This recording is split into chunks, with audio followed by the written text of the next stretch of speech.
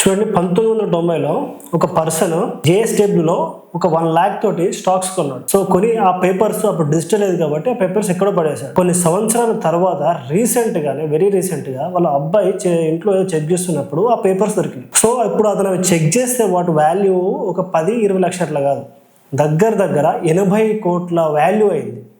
అంటే 1992 ఇప్పుడు 2025 చూసుకుంటే దగ్గర 35 ఇయర్స్లో 80 కోట్ల వాల్యూ అయింది.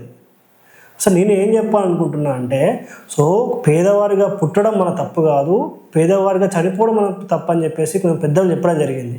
సో అది ఇక్కడ రియల్ ఫ్యాక్ట్కి వచ్చేది ఏంటంటే, ఇన్వెస్ట్మెంట్ అనేది చేస్తే కనుక అది ఏదో ఒక రోజు ఏదో ఒక విధంగా మిమ్మల్ని కాపాడుతుంది.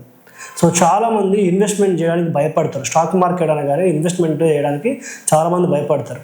సో తెలియకపోవడం వల్ల కొంతమంది నెగిటివ్గా తెలుసుకొని కొంతమంది స్టాక్ మార్కెట్ నుంచి దూరంగా ఉంటున్నారు.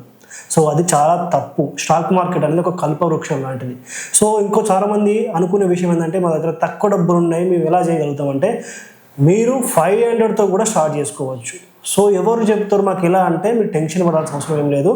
ఎవ్రీ మంత్ ఫ్రీగానే, ఓకేనా, 500 to 1 lakh వరకు మీ దగ్గర మంత్లీ ఎంత కెపాసిటీ ఉంటే అంత కెపాసిటీ ఉన్న వాళ్ళకి మనమే ప్లాన్ చేసి ఫ్రీగా యూట్యూబ్లో ఎవ్రీ మంత్ ఫస్ట్ ఫ్రైడే అది కూడా లైవ్ పెట్టి వాళ్ళకు అర్థమయ్యే విధంగా చెప్పి, సో ఆ స్టాక్స్ని అనలైజ్ చేసి దాంట్లో మనం ఇన్వెస్ట్మెంట్ చేపిస్తున్నాం అన్నమాట.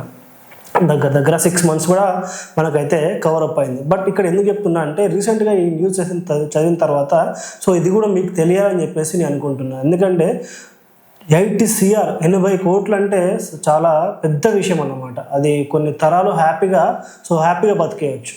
కాబట్టి మీరు కూడా ఇప్పుడే ఇన్వెస్ట్మెంట్ స్టార్ట్ చేయండి. అది మీకు, మీ పిల్లలకి, మీ తరాలకి చాలా యూజ్ అవుతుంది. స్టాక్ మార్కెట్ అనేది ఒక కల్పవృక్షము, దాని నుంచి మీరు చాలా సంపాదించుకోవచ్చు పర్ఫెక్ట్ నాలెడ్జ్ ఉంటే. ఓకేనా, థ్యాంక్ యూ అండి. కంపల్సరీ ఇన్వెస్ట్మెంట్ చేయండి.